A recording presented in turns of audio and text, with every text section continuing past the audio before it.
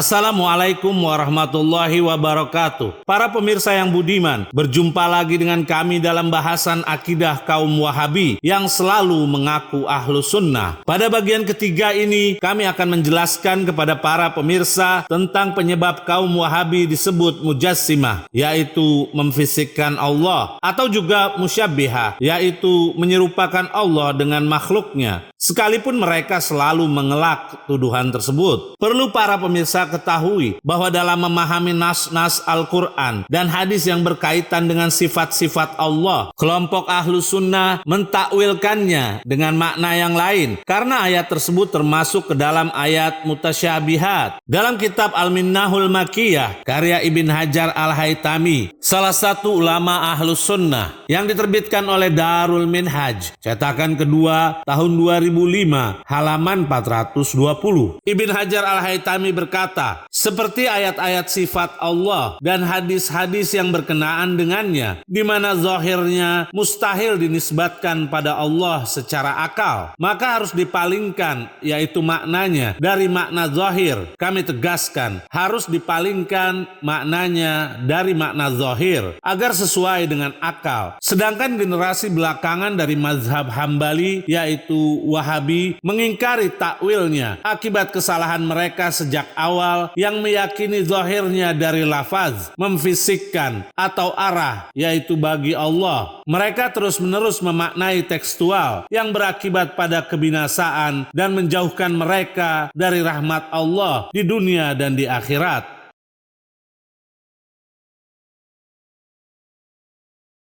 Dalam kitab yang sama, halaman 404, Ibn Hajar Al-Haytami berkata, dan di antara mutasyabihat disebutnya ayat-ayat sifat seperti penyebutan bersemayam, tangan, mata, yaitu bagi Allah. Sementara mayoritas ahlu sunnah dan salaf serta ahli hadis berpendapat tafwid, yaitu menyerahkan makna sebenarnya kepada Allah bersamaan dengan pensuciannya dari makna lahiriahnya sampai kalimat. Oleh karena itu para ulama peneliti dari yang terdahulu hingga yang datang kemudian mengemukakan dalil yang pasti bahwa memaknai lafaz, yaitu ayat sifat, pada zahirnya merupakan sesuatu yang mustahil. Kami tegaskan, merupakan sesuatu yang mustahil.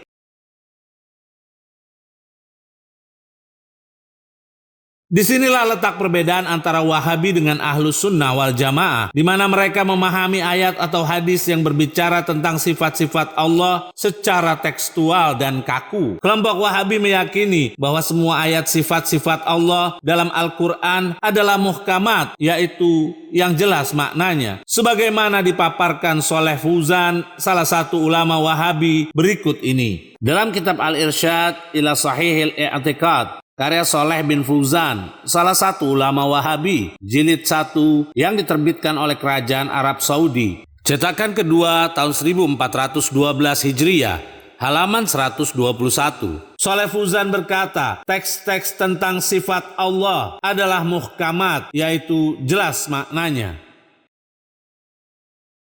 Dari sinilah awal kesalahan Wahabi dalam berakidah, menganggap bahwa ayat sifat-sifat Allah dalam Al-Quran adalah muhkamat, yaitu jelas maknanya. Karena itu, di saat mereka menemukan ayat Al-Quran atau hadis yang menyebutkan lafaz wajah, mata, tangan, kaki, betis, dan lain-lain yang dinisbatkan kepada Allah Subhanahu wa Ta'ala, maka mereka memahaminya sesuai dengan zahir lafaznya. Tidak boleh ditakwilkan dengan makna yang lain. Pertanyaan yang wajib dijawab oleh kelompok Wahabi yang selalu membid'ahkan kelompok yang lain adalah, dari mana mereka mengetahui jika ayat-ayat sifat Allah termasuk ayat muhkamat, yaitu jelas tanpa perlu penakwilan. Mana dalilnya dalam Al-Quran, dalam sunnah, dan pernyataan para sahabat, juga para ulama salaf? Kami pastikan mereka tidak akan pernah dapat menjawabnya. Namun karena mereka merasa pemilik agama, hal tersebut sah-sah saja di mata mereka dan tidak digolongkan ahli bid'ah. Yang parahnya, Wahabi menganggap bahwa siapa saja yang mengingkari ayat sifat-sifat Allah adalah muhkamat, maka mereka termasuk golongan musyrikin dan dianggap kafir. Dalam kitab Ad-Durarus Saniyah yang dikumpulkan oleh Abdurrahman An-Najdi Al-Hambali, salah satu ulama Wahabi, jilid 3, cetakan ke-6 tahun 1996, halaman 210 sampai 211. Berkata An-Najdi Al-Hambali, kelompok yang menisbatkan dirinya kepada Abul Hasan Al-Asy'ari, yaitu Ahlus Sunnah, telah mensifati Allah dengan sifat ketiadaan, sampai kalimat, maka para imam Ahlus Sunnah, maksudnya Wahabi, dan pengikut mereka telah merilis banyak tulisan, yaitu kitab, yang terkenal di dalam menyanggah kelompok kafir lagi penentang tersebut.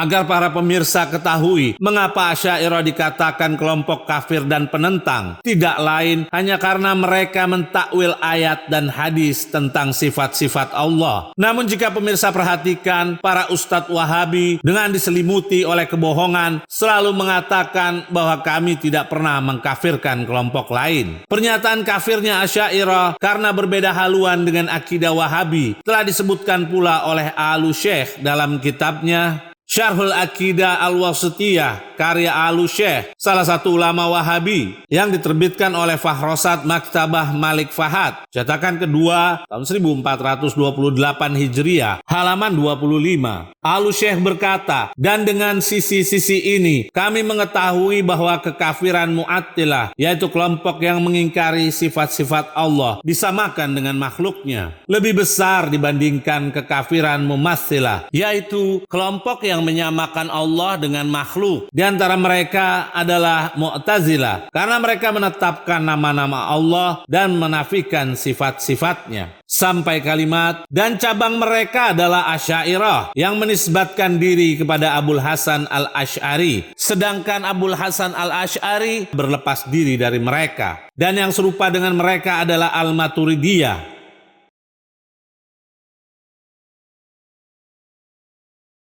Tolong pemirsa simak baik-baik bagaimana pernyataan kafir yang dilontarkan oleh ulama besar Wahabi tadi terhadap Ahlus Sunnah. Namun, jika mereka berhadapan dengan kelompok yang dikafirkannya, akan selalu menutupi diri apa yang telah diucapkannya. Demikian pula ulama Wahabi lain yang menyatakan kekafiran pada kelompok yang tidak sefaham dengannya, yaitu Al-Utsaimin dalam kitabnya Tafsir Al-Quran Al-Karim, karya Al-Utsaimin, Surat Al-Hujurat sampai Surat Al-Hadid, yang diterbitkan oleh Dar As-Surayyah, cetakan pertama tahun 2004, halaman 369 sampai 370. Al-Utsaimin berkata, ketahuilah, sesungguhnya salah satu kesesatan bagi yang berkata Allah bersama kita di tempat kita, sampai kalimat mereka mengingkari Allah berada di langit yang tinggi. Maka mereka telah membawa dua bencana besar. Pertama, pengingkaran terhadap posisi Allah, yaitu di atas. Kedua, keyakinan bahwa Allah berada di bumi. Maha suci Allah. Apakah logis seorang yang berakal, apalagi seorang mukmin, berkeyakinan bahwa jika dia berada di toilet, Allah bersamanya? Aku berlindung kepada Allah yang berkeyakinan semacam ini. Aku bersaksi kepada Allah bahwa dia telah kafir. Kami tegaskan, dia telah kafir.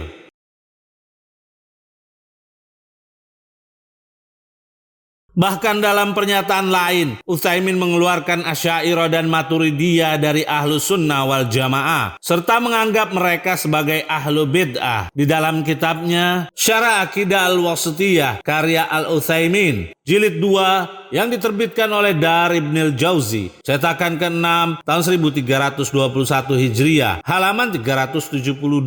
Al-Utsaimin berkata, jika kami ditanya, siapakah Ahlus Sunnah wal Jamaah? Kami akan menjawab, mereka adalah orang-orang yang berpegang dengan Islam yang murni dan bersih dari campuran. Inilah definisi dari Syekh Ibn Taimiyah, yang menunjukkan bahwa Asy'ariyah dan Maturidiyah serta selain mereka bukanlah Ahlus Sunnah wal Jamaah. Kami tegaskan, bukanlah Ahlus Sunnah wal Jamaah, karena keyakinan mereka telah tercampur dengan bid'ah. Inilah yang benar, yaitu Asy'ariyah dan Maturidiyah tidak termasuk Ahlus Sunnah wal Jamaah karena pendapat mereka tentang asma dan sifat Allah. Bagaimana mungkin termasuk Ahlus Sunnah wal Jamaah sementara mereka bertentangan dengan Ahlus Sunnah wal Jamaah?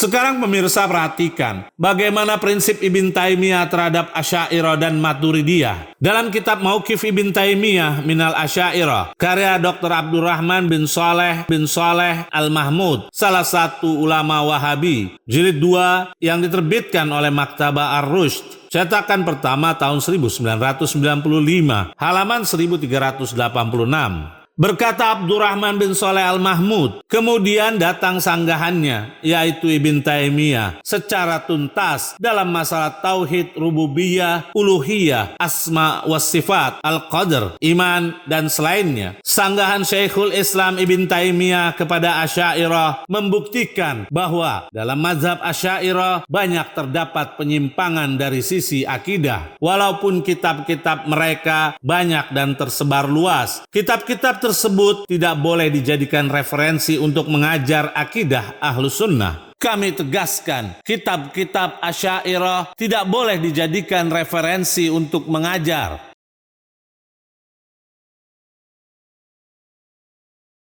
Ulama Wahabi satu ini menyebut pengikut Asy'ariyah sebagai kelompok menyimpang hanya karena mentakwilkan sifat-sifat Allah. Namun, tetap saja di media sosial, para ustadz Wahabi tidak akan mengakuinya kalau mereka telah mengkafirkan muslimin yang lain. Sekarang mari kita lihat pernyataan lain dari ulama Wahabi bagi kelompok yang tidak sefaham dengannya. Dalam kitab Al-Irsyad ila Sahihil I'tiqad, karya Saleh bin Fauzan, salah satu ulama Wahabi, jilid 1 yang diterbitkan oleh Kerajaan Arab Saudi, cetakan kedua tahun 1412 Hijriah, halaman 121. Al-Fauzan berkata, dan nas-nas tentang sifat Allah termasuk ayat muhkamat sampai pada kalimat, sesungguhnya yang mengingkari hal itu adalah para ahli bid'ah, yaitu kelompok Jahmiyah, Mu'tazilah, dan Asy'ariyah, di mana mereka mengikuti jejak musyrikin Quraisy. Kami tegaskan, mereka mengikuti jejak musyrikin Quraisy. Mereka kafir kepada Sang Maha Pengasih dan mengingkari asma Allah. Dalam kitab Fatawa A'immah An-Najdiyah, jilid 1 yang dikumpulkan oleh Abu Yusuf Madad bin Al-Hasan Al-Faraj yang diterbitkan oleh Maktabah Ar-Rushd, cetakan kedua tahun 2007, halaman 514. Fauzan berkata, orang yang pertama menyimpan pendapat ta'til, yaitu mengingkari sifat Allah di dalam Islam adalah Al-Ja'du bin Dirham, yang wafat tahun 105 Hijriah di awal abad kedua Hijriah. Dan mazhab busuk ini, kami tegaskan, mazhab busuk ini dianut oleh Al-Jahm bin Sufyan, yaitu pemuka aliran Jahmiyah yang terbunuh tahun 130 Hijriah. Dia yang memproklamirkannya, maka kepadanya lah mazhab Jahmiyah dinisbatkan. Kemudian mazhab ini, yaitu Jahmiyah, berpindah kepada Mu'tazilah dan Asy'ariyah. Inilah sanad-sanad mazhab mereka yang bermuara pada keyakinan Yahudi, penyembah bintang, dan kaum musyrikin.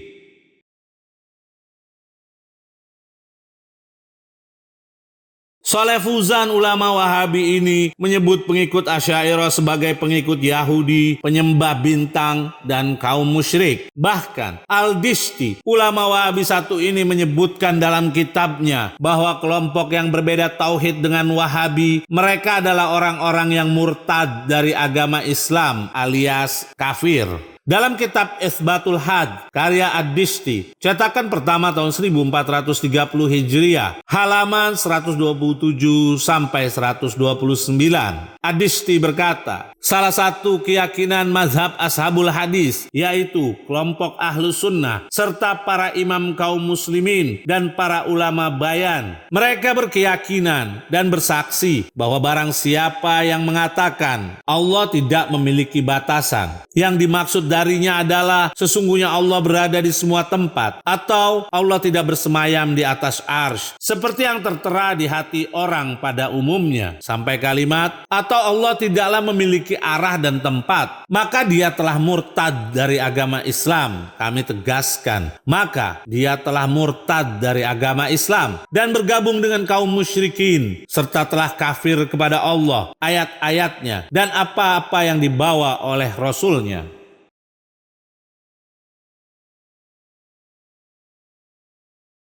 Hal senada dilontarkan mengenai murtadnya kelompok yang berseberangan dengan Tauhid Wahabi, juga tertuang dalam kesepakatan ulama Wahabi dalam kumpulan fatwanya. Dalam kitab Fatawa Al-Lajnah Ad-Daimah, yaitu kumpulan fatwa ulama Saudi, jilid 3 yang diterbitkan oleh Darul Muayyad, halaman 160.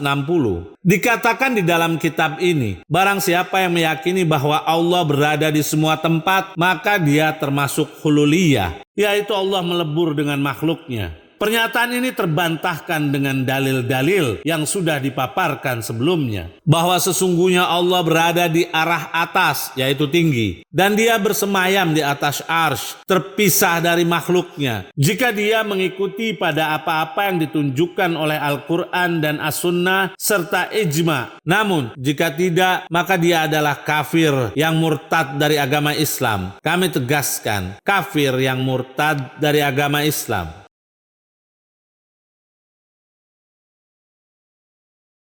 Menentang akidah Wahabi akan mengakibatkan seseorang menjadi penghuni neraka jahanam. Dalam kitab Ad-Durarus Saniyah fil Ajwibatin Najdiyah karya Abdurrahman An-Najdi, jilid 14, cetakan pertama tahun 1999, halaman 375. An-Najdi berkata, tidak dibenarkan pada siapapun yang menyimpang dari ajaran Al-Syekh, maksudnya Muhammad bin Abdul Wahab dan keturunannya, dan menyelisihi apa-apa yang jadi pegangan mereka dari usuluddin, karena itu merupakan jalan yang lurus. Sementara bagi yang menentangnya, maka dia telah menempuh jalan para penghuni neraka jahim.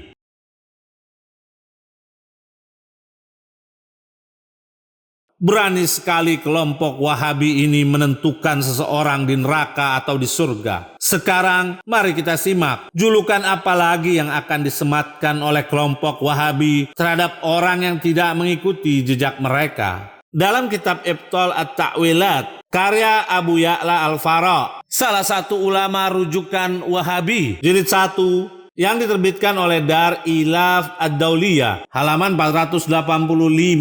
Abu Ya'la berkata, dan Abu Abdullah bin Battah telah menyebutkan dalam kitab Al-Ibanah, berkata Abu Bakar Ahmad bin Salman An-Najad, jika seseorang bersumpah menceraikan istrinya dengan talak 3, bahwa dengan ucapan sesungguhnya Allah telah mendudukkan Muhammad sallallahu alaihi bersamanya di atas arsy, lalu ia minta fatwa padaku perihal sumpahnya, niscaya akan aku katakan padanya, engkau benar, sumpahmu tidak mengena dan wanitamu akan tetap menjadi istrimu, yaitu tidak tercerai. Inilah mazhab kami, agama kami dan keyakinan kami. Di jalan itulah kami akan senantiasa berpijak, dan insya Allah kami akan tetap berkeyakinan seperti itu hingga kami mati. Abu Ya'la berkata, maka lazim bagi kita menolak terhadap mereka yang menyanggah keutamaan yang telah dituturkan oleh para ulama, dan mereka menerima hal itu. Barang siapa yang menyanggahnya, maka dia termasuk kelompok yang binasa. Kami tegaskan, dia termasuk kelompok yang binasa.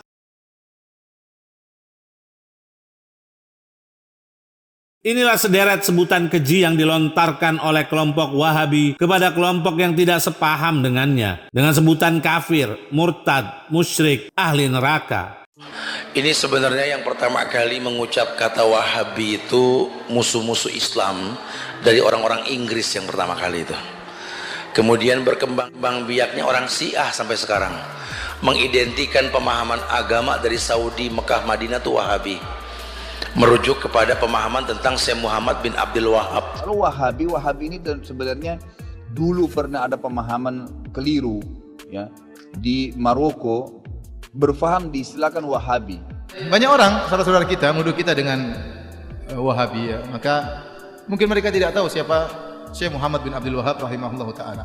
Apalagi banyak orang-orang Syiah yang menyebarkan isu bahwasanya Wahabi mengkafirkan kaum muslimin, Wahabi ya suka menumpahkan darah kaum muslimin, Betul kan para pemirsa, bahwa ketika mereka tampil tidak mungkin akan mengkafirkan kelompok lain yang tidak sepaham dengannya. Sekarang kami akan berikan pernyataan terakhir dari salah satu ulama Wahabi untuk para pemirsa agar dapat menilainya. Abdurrahman An-Najdi juga menyatakan kafirnya bagi siapa saja yang tidak beragama dengan pemahaman Wahabi. Dalam kitab Ad-Durarus Saniyah, jilid 1, halaman 314. An-Najdi berkata, dan sesungguhnya apa-apa yang terjadi dahulu di Mekah, Madinah, Mesir dan Syam, serta negeri yang lain sampai sekarang, dari segala macam kemusyrikan yang telah disebutkan di dalam kitab ini, bahwasanya hal tersebut adalah kekafiran yang dapat menghalalkan darah juga hartanya. Kami tegaskan, dapat menghalalkan darah juga hartanya, dan mewajibkan kekekalan di api neraka. Barang siapa yang tidak masuk ke agama ini dan tidak beramal dengannya, tidak pula menolong penganutnya dan memerangi musuh-musuhnya, maka dia di sisi kami adalah orang kafir terhadap Allah dan hari kiamat. Maka wajib pada imam dan kaum muslimin agar berjihad dan memeranginya hingga bertobat pada Allah dari apa-apa yang sebelumnya dia anut. Kemudian dia beramal dengan agama ini, yaitu agama Wahabi.